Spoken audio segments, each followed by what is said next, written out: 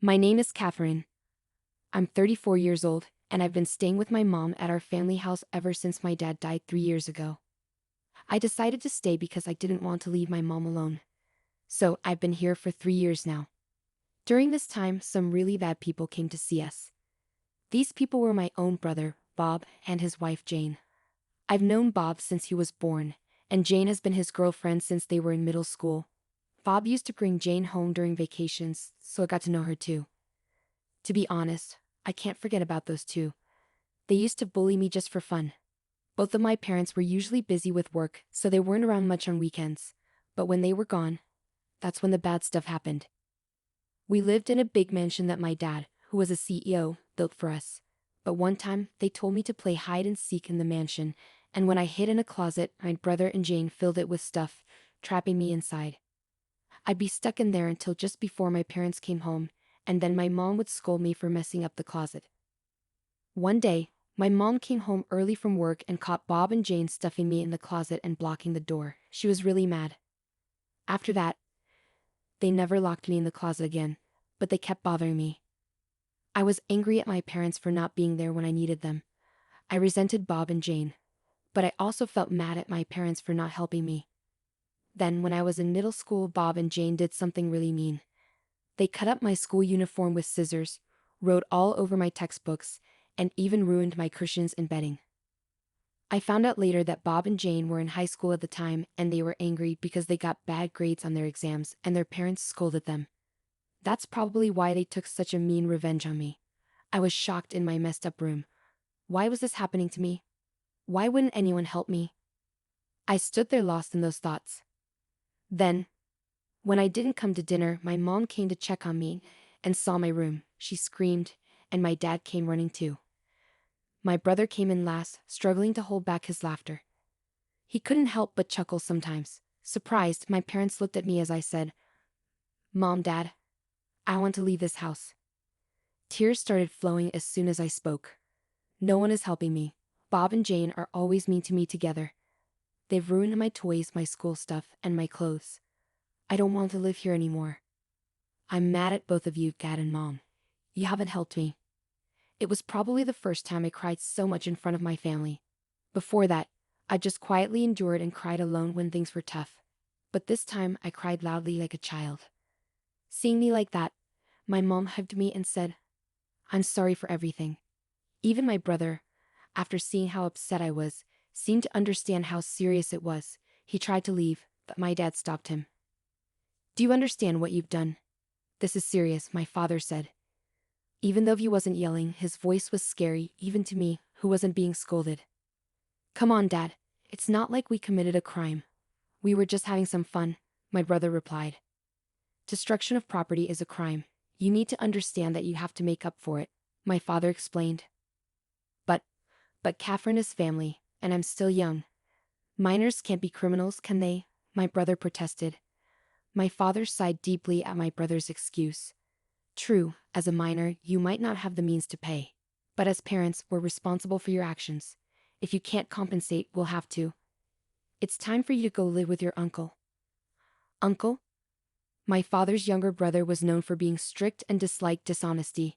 He was like a scary figure to the neighborhood kids, similar to a boogeyman. While he was nice to well-behaved children like me, he had no patience for troublemakers like my brother, Bob, and Jane. Bob never got along with him. "No, I don't want to live with Uncle. I promise I'll behave better," my brother begged. "I've heard that promise too many times. When you and Jane locked Catherine in the closet, when you two chased her around, when you threw bugs at her even though you knew she was scared, every time we found out, we scolded you and you always promised to stop. But you kept doing it anyway. We can't have someone in our home who hurts our family, even if they're family themselves. You're not welcome here anymore," my father declared. After my father's declaration, he grabbed Bob by the neck and took him away. Later on, I learned that my parents were really upset with Bob's behavior. Even after being scolded, Bob didn't seem to get why he was in trouble. He just kept bothering me. I figured he was beyond help. Some people just don't understand how to behave in society. I learned that from watching Bob and Jane. Originally, Bob planned to go to university using our father's money after high school. But our father didn't think he'd do well there. He said, You'll just cause trouble for others. So Bob ended up working at our uncle's company right after high school, but he seemed desperate to leave. As soon as he graduated, he and Jane rented an apartment together. They decided to live together without any help from our parents or uncle for rent or expenses. Later on, Bob asked me to lend him some money, even though I was just starting high school and didn't have a job. All the money I had saved up before, which Bob used to steal when he lived with us, was given back to me by my parents. I kept track of it in a notebook. So, I did have money saved, but I wasn't going to give it to him. I told Bob, "Aren't you embarrassed to ask your high school sister for money? I don't even have a job, so I don't have extra money to give you." After that, I told my parents about Bob's request, and they were angry. They'd promised not to help him anymore. I thought Bob and Jane should learn to live on their own without relying on others. From then on, I focused on my studies. I worked hard and went to college. After graduating, I got a job and continued learning new things. I was so busy with my own life that I forgot all about Bob. As I had forgotten about him, an invitation to Bob's wedding arrived at our house. The bride was Jane, of course, his partner. So they're finally tying the knot. I thought as my parents and I discussed whether we should go to the wedding of a family member. However, a few days before the wedding, my father collapsed and was taken away by an ambulance. He had always been frail, but this was the first time he had collapsed, so my mother and I panicked and called for help. During this crisis, I reached out to my brother, but he brushed me off, saying, "I'm getting married soon. Don't bother me during this important time." Even when I told him our father was urgently hospitalized, he dismissed it, saying, "He just tripped, right? Make sure you come to my wedding." Then he hung up. Sadly, our father passed away shortly after. With the funeral arrangements underway, my mother and I informed my brother that we couldn't attend his wedding. Despite his insistence that we should be there, my mother and I decided not to go. We also let Jane's parents know about our father's passing and our inability to attend. While Jane's parents understood, my brother and Jane accused us of disrespect for not attending. The message my mother and I received on our voicemail accusing us of rudeness was so absurd that it made me wonder who the real rude person was. While we were focused on arranging our father's funeral, my brother and Jane went ahead with their wedding without considering our loss.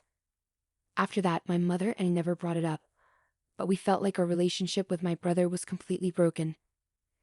Then, out of nowhere, my brother showed up at our door. When I answered the intercom and he said he had a delivery, I wasn't expecting him to be there in person. When I opened the door, there he was, along with Jane, carrying large suitcases. They'd pushed past me and barged into the house. "Hey, hold on, what's going on?" I protested. It seemed like my brother had forgotten our father's words, who had told him never to come back to our house. Despite that, they both barged in, dropped their luggage in the hallway, and started talking nonsense to me. "You and Mom need to leave this house right now," my brother demanded. "What? Mom has dementia, remember?" I was stunned. What was my brother talking about? It had been 3 years since our father passed away, and he hadn't apologized, visited the grave, or done anything to make amends. And now, he was asking for our family mansion. On top of that, he was assuming our mother had dementia and planning to kick her out. I was left speechless. Then our mother appeared from a room in the back. "Catherine, what's happening?" As she saw my brother, she said something shocking. "Oh, who are you? If you're a stranger, please leave," she said. My brother and Jane laughed at her. "See, this happens every time we see her. Her dementia must be getting worse. You take care of Mom. I'll take the mansion." "I'm the oldest son, so I should get it," my brother declared as he walked further into the house. Jane, copying my brother, turned to me and our mother and said, "Take the old lady and go. I never want to see you again." I hurried to my mother's side and asked, "Mom, are you all right?" We felt like we were being pushed out, so we left the mansion, leaving all the old furniture behind. My mother and I gathered our things and left the house. Luckily, a friend of mine who heard about our situation offered us his house. He was overseas and couldn't take care of it himself. Originally, his cousin looked after the house, but since he's moving to another state next year, it seemed like a good opportunity for us. When we arrived at the house and unpacked, my mother and I finally felt relieved. Then my mother chuckled and said, "We've left that house, but I still don't like how Bob and Jane behave. Maybe we should sell the house," she suggested. I asked my mother about what Bob said regarding her having dementia. She explained, "That's just a story they made up. About 2 years ago, they started asking me for money all the time, but they didn't even attend their father's funeral, and they never bothered to check on me afterward." I couldn't believe their audacity to ask for money after all they'd done, so every time they asked, I pretended not to know them and said, "Who? I don't know you. You're a stranger to me, right?" "Oh, I understand now," I remarked. It seemed Bob and Jane misinterpreted my mother's deliberate distance and treated her like a stranger because she wanted nothing to do with them anymore. They thought her indifference meant she genuinely didn't remember them, leading them to believe she had dementia. Regardless, I believe it was wrong to kick someone out of their home, especially if they thought they had dementia. My mother quickly decided to sell the mansion. We'd have been discussing selling it ever since my father passed away, as it was too big for just the two of us. At that time, an executive from my father's company, where I was being trained as a successor, expressed interest in buying it. So the buyer was almost certain. We just needed to go through the paperwork. When I spoke to a real estate contact and explained the situation to the executive, they agreed that leaving the mansion with Bob and Jane would lead to serious problems. It was clear that action needed to be taken swiftly. A week later, our phones wouldn't stop ringing. Bob called my mother while Jane called me repeatedly. They probably wanted to tell us the same thing, but we found it amusing and decided to ignore them for 30 minutes and just enjoy our tea. As we chatted, an hour passed without us realizing it, and it seemed like Bob and Jane had been trying to reach us the whole time. When I finally answered Jane's call, she exclaimed, "Finally. Why didn't you answer sooner? There's a big problem. The house has been taken over." "Wait, didn't you two take over the house?" "I think it says who should be saying that we've been taken over," I retorted. "No, Bob and I were living in this mansion, but now some strangers have shown up and are demanding that we leave. They just barged in and are trying to kick us out. Our mansion has been taken over," she exclaimed. I couldn't help but burst out laughing. I really wanted to remind her that they were the ones who invaded the house in the first place and were unlawfully occupying it. Chuckling a bit, I replied, "You're talking about being taken over, but you're not even the legal owners. My mother, who was the rightful owner, has sold the house to someone else. So strangers who have no connection to the property should quickly move out." "What? She sold it? This mansion?" She sounded shocked. "But this mansion belongs to Bob," she protested. "When did anyone ever say that?" I questioned. "Well, no one explicitly said it, but Bob is the eldest son. Isn't it natural for him to eventually inherit this house, the property, and his dad's company? And I'll be living as the elegant wife of the CEO in this mansion," Jane argued. Despite her confidence, Jane seemed panicked. I couldn't help but burst out laughing again. The fact that she assumed Bob would automatically inherit the mansion and become the CEO of the company his father ran was astonishing. Such naive thinking, I thought to myself. Given Jane's strong belief, Bob probably also thought he would inherit both the mansion and the company, even though no one had ever promised him that. Once more, I couldn't help but laugh at Jane's words. "Bob is the boss, and you're his wife? How can you even think that's possible? You both started at the company without any special training or education to run it," I chuckled. Jane seemed surprised by my teasing. She shot back, "Well, I might inherit the company from my uncle then." I laughed even harder.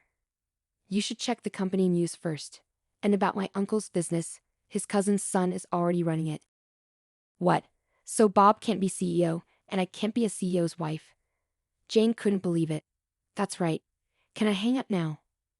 "I don't think I need to talk to strangers anymore," I said. "Please, Catherine, wait. Can you give us some money?" Jane pleaded. I hung up the call, but later I heard what happened next from Uncle. Bob and Jane didn't want to leave the mansion.